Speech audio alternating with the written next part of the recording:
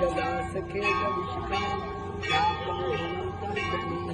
विभ्राणा मनलाभ दांत सिधरा दुर्गाम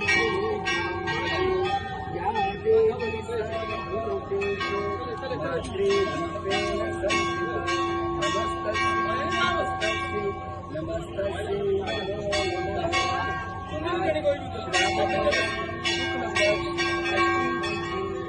और ज्येष्ठ वीरवार आज सावन की अष्टमी है। माँ सब भक्तों ने आपके चरणों में आशीर्वाद पाई है। माँ सब शिव शक्ति का आशीर्वाद में सभी आपके चरणों की भक्ति करते हुए धर्म के मार्ग पर चलते हुए अपने उद्देश्य को प्राप्त हो। आज का दिन सफल करना, यात्रा सफल करना महारानी और अपने दरबार में हाजिरी लगवाना।